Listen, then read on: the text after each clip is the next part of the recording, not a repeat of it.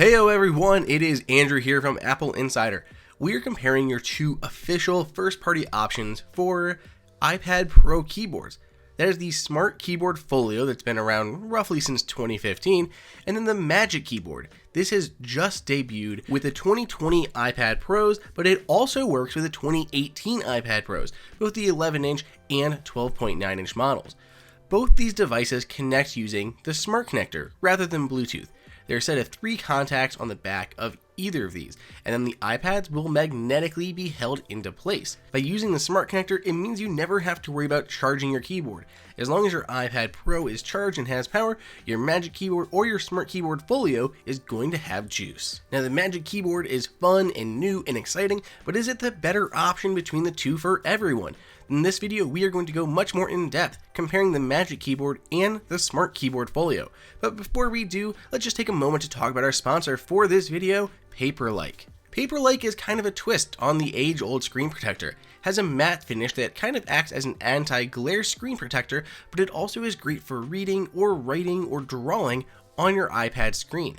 Especially with the iPad Pro that works with the new 2nd generation Apple Pencil, it's absolutely amazing whether you're just sketching, whether you're coloring, or even if you're just reading inside of Apple News. It is dead easy to install yourself. They include everything you need in the package. They give you a couple screen protectors to run through in case you somehow mess the first one up. But once it is installed, it is a huge improvement on the iPad screen. It really reduces glare and makes it so much easier to consume media on. Plus, it doesn't gather fingerprints nearly as much as the glossy screen does. It's an easy way to step up your iPad, and if you want to learn more, you can follow the link down below in the description. With that said, let's go ahead and look more at that Smart Keyboard Folio and the Magic Keyboard. Focusing first on the benefits of the Smart Keyboard Folio. It originally debuted as the Smart Keyboard before transitioning to the Smart Keyboard Folio with the 2018 iPad Pros. It has a nice feature that it's able to wrap around back. Even if you do have the squishy keys around back against your fingers, it does allow you to keep the keyboard attached while still being able to use the iPad as a tablet.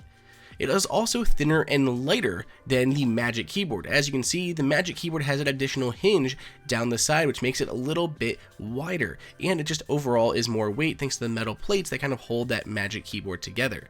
The Magic Keyboard is also not water resistant like the Smart Keyboard Folio is.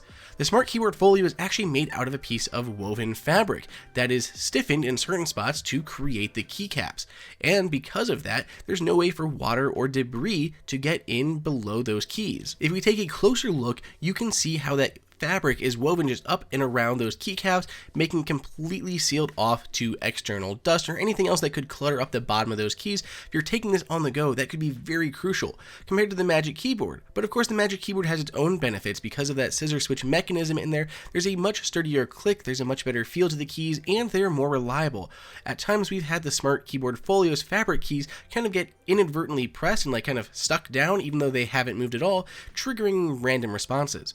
We also love the new design of the arrow keys on the Magic Keyboard. Apple used that kind of weird layout on the previous Smart Keyboard Folio, but the Magic Keyboard has that inverted T design, which is much better to find out where you're going. As far as angles go, you have 2 angles on the Smart Keyboard Folio that you can adjust between, depending on what you're working on or what angle you're sitting at. The Magic Keyboard has more angles. You can go 0 to roughly 125 degrees. It doesn't go too much more back further than that, so that is kind of a downside. We wish it would go a little bit further, but overall you can at least control that angle a bit more. If you choose the Magic Keyboard, you're adding an additional USB-C port to your device, perfect for charging and keeping the port on the side of the iPad free or for other adapters and dongles. And the Magic Keyboard offers a backlit keyboard rather than just a plain keyboard, much easier to see at night, and it can be adjusted manually from within settings, but it also adjusts automatically based on the ambient light in the room. As we alluded to a few moments ago, the typing experience on the Magic Keyboard is better than the Smart Keyboard Folio. It's far sturdier keys, there is less key wiggle kind of movement there. They feel very solid overall. It is a much better typing experience. It feels more like typing on a laptop rather than the smushy Smart Keyboard Folio piece of fabric that you're using. The other huge advantage of the Magic Keyboard is, of course, the trackpad. Trackpad support is new in iPadOS 13.4, and the Magic Keyboard is the best one yet to take advantage of it. It includes multi-touch gestures, including 3 or 4 fingers to swipe between apps, move 3 or 4 fingers forward to open up the app switcher, and swipe faster with 3 or 4 fingers to go back to your home screen, not to mention when you jump into other apps like Photos or Maps using pinch to zoom. It's also a great trackpad. You can press down anywhere and feel a click rather than on some other third-party options that we've seen. But of course, compared to the Smart Keyboard Folio, there is no trackpad, so it's a big difference. The Smart Keyboard Folio is lighter, more water resistant, and easier to travel with, but the Magic Keyboard with its higher price tag has that integrated glass trackpad, has an overall better design, backlit keys, better keys, and an additional USB-C port.